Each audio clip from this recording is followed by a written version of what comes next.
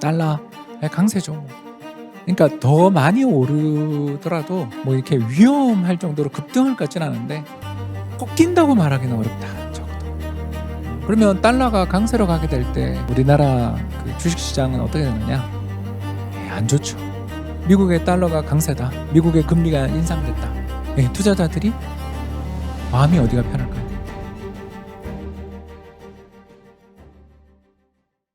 제가 뭐 놓쳐버린 위험은 없나?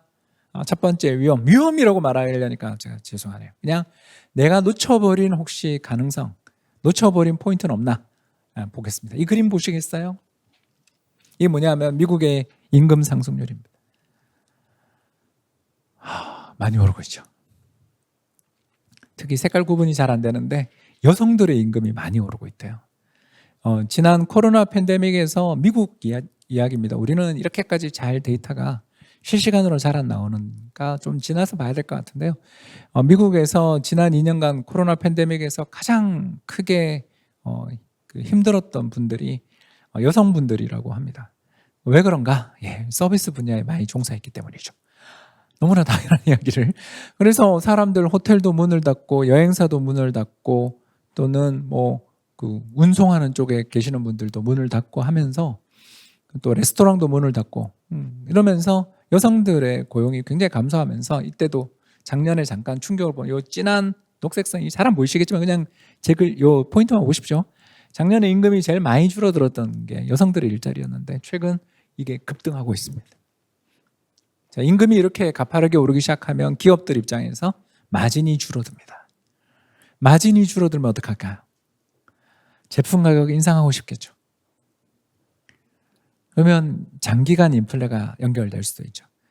그래서 미국 중앙은행이 못 이기는 척하고 3월 달부터 금리를 공격적으로 인상할 가능성이 생긴 게 첫 번째는 집값. 인플레이션 중에서도 집값이 요새 많이 기여를 하니까 집값을 잡겠다가 첫 번째, 두 번째가 임금이 최근에 가파르게 오르고 있으니까 임금 상승이 경제 전체의 인플레를 유발하는 일은 좀 막자. 근데 이거는 근로자들 입장에서는 서운하죠. 아니 소비자 물가가 7% 오르는데 내 임금 상승률 봐라. 이제 겨우 5%다. 여기 나오죠? 5%다. 근데 여기서 금리를 인상하다니 당신들은 누구 편이냐? 화나겠죠. 소비자 물가가 7% 오르는데 임금은 5%예요. 그러면 나의 임금은 2% 줄은 거죠. 그렇지 않습니까, 여러분? 근데 여기다 금리를 인상한다고? 당신 누구 편이야? 섭섭하죠. 그러니까 이렇게 어려운 문제들이 같이 엮여 있었던 거죠. 그래서 연준 입장에서는 금리 다 인상해라 라고 다들 말을 해줄 때를 기다렸던 것 같기도 합니다.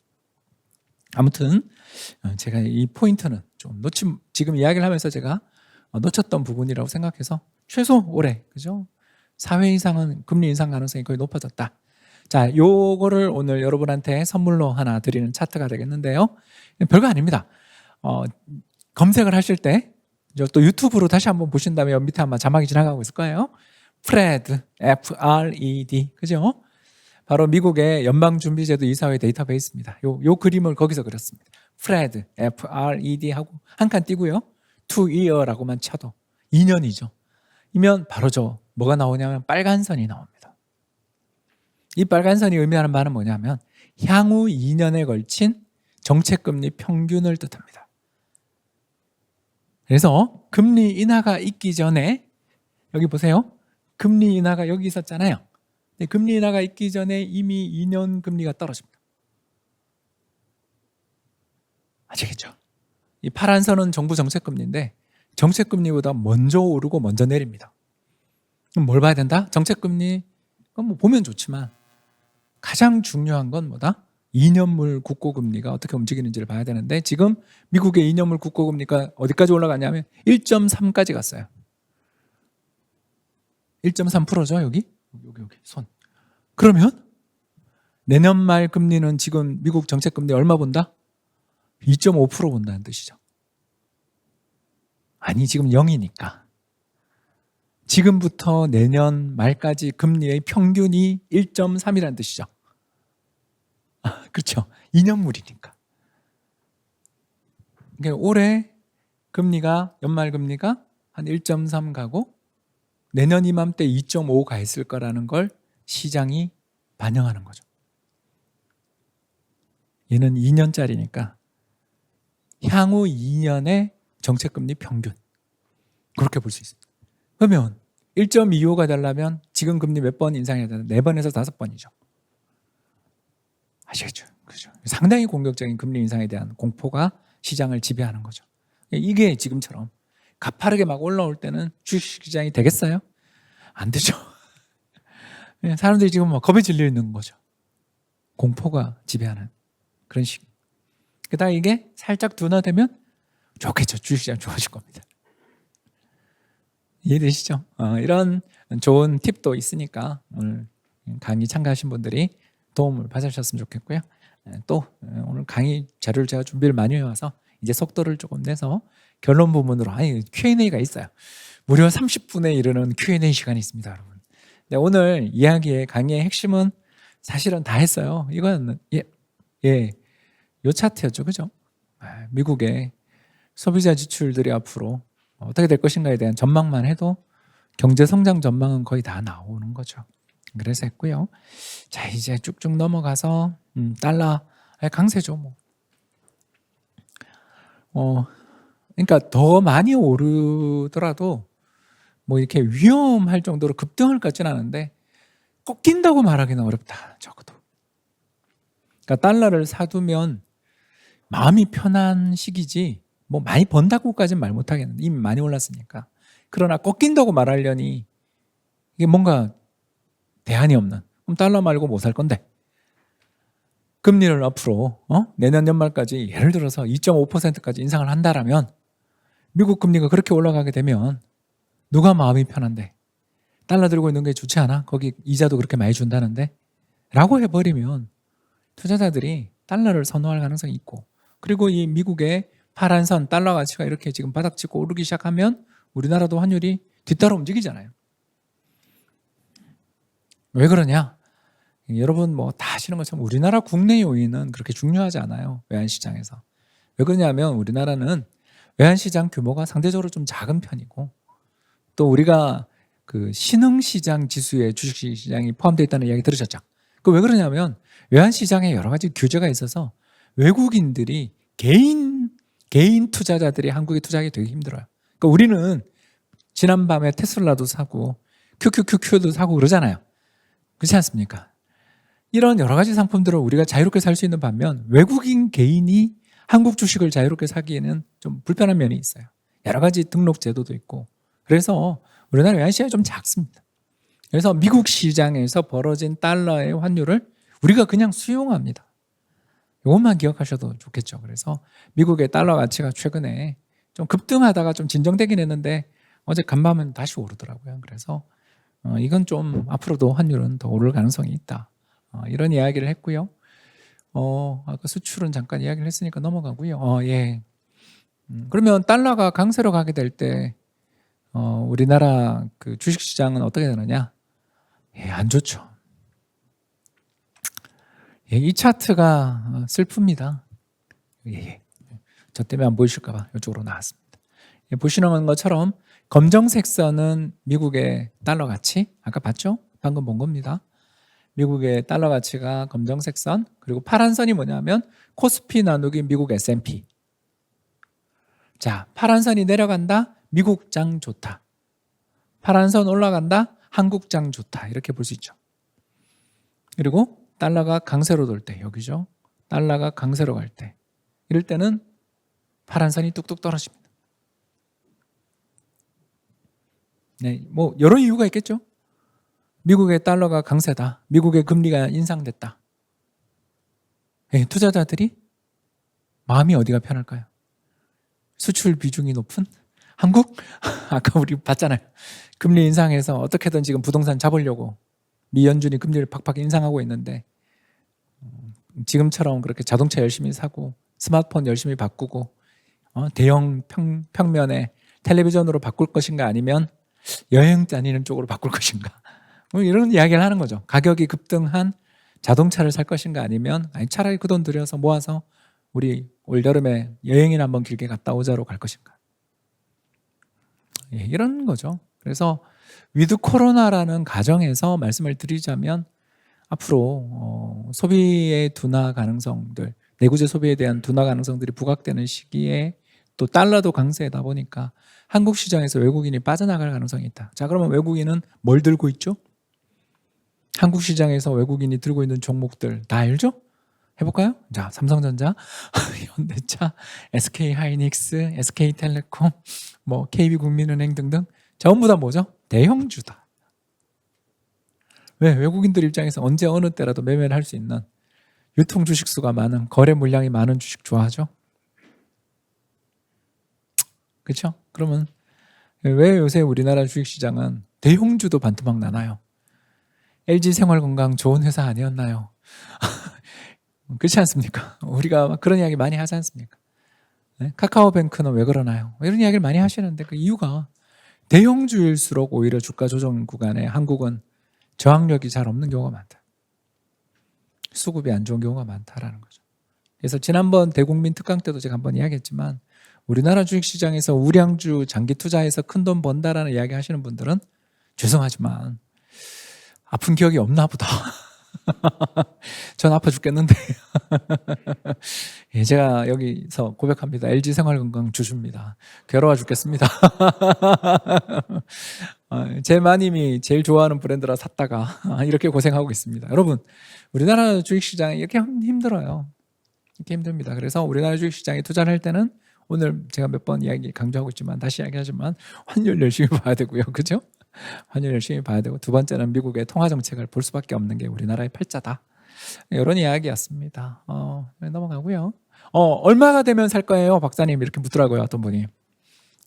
예상 질문을 지금 미리미리 차단하고 있습니다. 제가 오늘 욕심이 많아가지고 강의 자료를 너무 많이 준비해 왔어요. 네, 그래가지고 Q&A용으로 준비해 온 자료들도 많고 해서 그냥 설렁설렁 하고 있습니다. 뒷부분에는 그러니까 차트를 보면 알겠지만 이게 PBR이에요. PBR이 뭐냐 하면 기업이 가지고 있는 순자산 가치 대비 주가가 얼마냐 이런 거죠. 그래서 어떤 회사가 뭐 땅도 많이 가지고 있고 유형 자산도 있지만 무형 자산 특허라든가 기술이 되게 뛰어난 회사가 있어서 주당 예를 들어서 이 회사의 주당 순자산 가치가 2만 원인데 이 회사 주가가 2만 원에 거래된다. 그죠? 청산 가치에서 거래되는 거예요. 그 회사가 들고 있는 자산의 가치만큼 주가가 거래된다. 그럼 1배입니다. PBR이 1.0이 되는 거죠. 우리나라 어때요? 1.0 근처로 왔다 갔다 하죠. 요 가운데 있는 점선이 1.0입니다. 요거. 점선, 가운데 있는 점선이 1.0입니다. 1.0 많이 위에 있으면 좀 조심해야 되고 반대로 1.0 밑으로 쭉쭉 내려가면 또 하늘이 준 기회가 왔다라는 것이죠. 그럼 지금은 얼마냐? 뭐 물론 이건 1월달 데이터까지 업데이트돼 있으니까 오늘 얼마, 뭐 저희 다음 주 얼마 이거는 모릅니다만 예를 들어서 여기서 한 10% 빠지면 진짜 무서운 이야기 하고 있습니다. 여러분 이해해 주시는 거죠? 그냥 이건 그냥 아주 극단적 가정이죠. 예를 들어서 여기서 한 200~300포인트 빠져서 2,500 갔다. 그럼 여기 가겠죠. 여기죠. 그죠? 그리고 순자산 가치는 어때요? 실적이 발표되면 올라가죠. 왜냐하면 배당하고 남은 이익은 다시 투자해서 자산이 되니까. 그러니까 이 점선이 올해 연말쯤 되면 여기 중간에 있을 거 아니에요. 그죠? 아니 쌓인 이익을 유보하니까. 그러면 2,500, 2,400 정도면 0.9배 미친 것 같다. 그죠? 순자산 가치보다 한 10% 이상 싸게 거래되는 거라고 볼 수 있죠. 이게 근데 제가 확정적으로 이야기를 안 하는 이유가 LG엔솔 때문에 LG엔솔이 PBR이 엄청 높게 들어왔거든요. 그리고 걔가 이제 여기 인덱스에 편입되면 이게 또 바뀔 거예요. 참 민폐죠. 그래서 주가라도 좀 잘 가든가. 그래서 그래서 아무튼 이게 제가 확정적으로 말 못하는데 대충 종합주가지수 기준으로 해서 한 2,500, 2,600에서 2,500 사이 정도면 올해 연말 되면 그게 0.9배였다 정도까지는 되는 것 같아요. 그래서 그 정도 주가 레벨에서는 솔직히 손해 봐봐야 거기서 얼마 손해를 크게는 안 보더라고요. 역사적으로. 최악의 시기가 여기 외환위기 0.6배. 뭐 외환위기는 인정. 킹정. 그죠? 여기 0.8배. 글로벌 금융위기. 또 여기 2016년, 15년 중국 위에너 평가절 하면서 난리 한번 났을 때, 그때 중국 환투기 공격 기억나시죠? 중국 망한다고 막 난리 났었죠. 그때가 0.8배. 또 지난번 코로나 팬데믹 장중이죠. 장중이지만 코로나 팬데믹 때 0.7배. 그 코로나 팬데믹이 얼마나 좋은 기회였는지 알 수 있죠. 그래서 0.9배 정도면 나라 망한다 정도의 쇼크가 아닌 다음에 안 가더라고요. 그 0.8배는. 그게 근데 갈 수도 있어요. 몰라요. 아니, 어떻게 합니까? 핵전쟁 난다 이러면 할 수도 있죠. 근데 저는 어떤 분이 묻더라고요. 전쟁 나서 세계 3차 대전 되면 어떡합니까? 이런 이야기를 하시길래 저는 주식을 들고 죽겠다. 아니, 세계 3차 대전 나면 다 죽는 거잖아요. 그러면 주식을 들고 죽겠다. 물론 이제 능력자들이 일부 벙커나 이런 데서 나와가지고 새로운 인류를 만들어내시겠죠. 그러나 그때 저의 보면서 얘는 주식을 들고 죽었네. 이런 이야기를 할 수 있게끔. 제가 너무 낙관적인가요? 이상한 사람이죠. 예. 저는 그렇습니다. 그래서 주식 들고 가는 게 낫다. 이렇게 보겠고요. 주택 이야기를 마지막으로 하고 끝내겠습니다. 3분 남았네요. 야, 역시 이거 길게 하기 싫어가지고 마지막에 넣었습니다. 부담스러워요. 예, 검정색 선은 주택 가격. 와, 작년이 정말 너무하네요, 그죠? 이게 뭡니까 이게? 그래서 2002년 카드 버블 이후에 최고 상승률이었습니다. 역대 상승률의 상위권에 나가는 숫자가 작년에 찍혔죠. 그래서 이렇게 급등하는 시기들, 이렇게 위로 삐쭉 솟는 시기들이 여기도 있었죠. 이런 시기 뒤에는 다 조정이 와요. 그래서 조정은 올 것 같다. 근데 뭐 그게 빠지냐는 잘 모르겠어요. 그러니까 가격의 상승 탄력이 둔화되고 일부 지역 위주로는 매물이 나온다. 동의. 자, 근데 그러면 집값이 쫙 빠질 것이냐라고 하면 그게 자신이 없는 게, 우리나라는 집값이 급등할 때마다 집을 지어요. 여기 그죠? 집값이 급등할 때마다 집을 지어요. 왜? 미분양이 줄고 분양가가 인상되며 기업들 입장에서는 수익성이 낮았던 데조차도 좋아지거든요. 그래서 집을 지어요. 그리고 집을 왕창 짓잖아요. 이렇게 집을 왕창 짓고 나면 그로부터 한 2, 3년 지나면 항상 조정이 와요. 왜? 입주 물량이 쏟아지니까. 그죠? 근데 지금 우리는 어떻죠? 이 긴 가뭄이, 여기서부터 여기까지죠. 여기서부터 여기까지 이렇게 긴 가뭄이 우리를 괴롭히고 있습니다. 집을 안 지었죠. 여러분들 오늘 뭐 이렇게 여기 홍릉에 오시면서 버스를 타고 오신 분들은 더 느끼셨을 거예요. 어떻게 타워 크레인 보신 적이 있냐 이거죠. 타워 크레인을 보신 적이 있냐? 없잖아요. 서울 반포 뭐 조금, 북서울 꿈의 숲 있는데, 그리고 저기 둔촌 주공 뭐 이런 일부 지역들 몇 군데를 제외하고 지금 타워 크레인이 올라가고 있는 데를 본 적이 있냐 이거죠. 없죠. 이게 문제죠, 우리나라에. 그래서 주택 가격이 너무 급등해서 조정은 받을 것 같은데 집을 너무 안 지어놨기 때문에, 특히 작년에 집을 좀 짓는 것 같더니 다시 꺾여버려가지고 건설주가 안 되는 이유가 여기 있었더라고요. 마음 아픕니다. 예, 그 사고가 또 컸어요, 그죠? 그래서 업황을 맞춘다고 주가를 맞추는 건 아니더라고요. 그러나 올해 집 좀 많이 지었으면 좋겠다.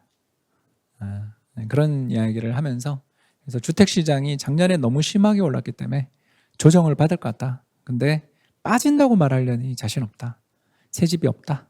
이 말씀을 드릴 수가 있는 것 같고요. 오늘 일단 발제는 여기서 마치도록 하겠습니다. 감사합니다.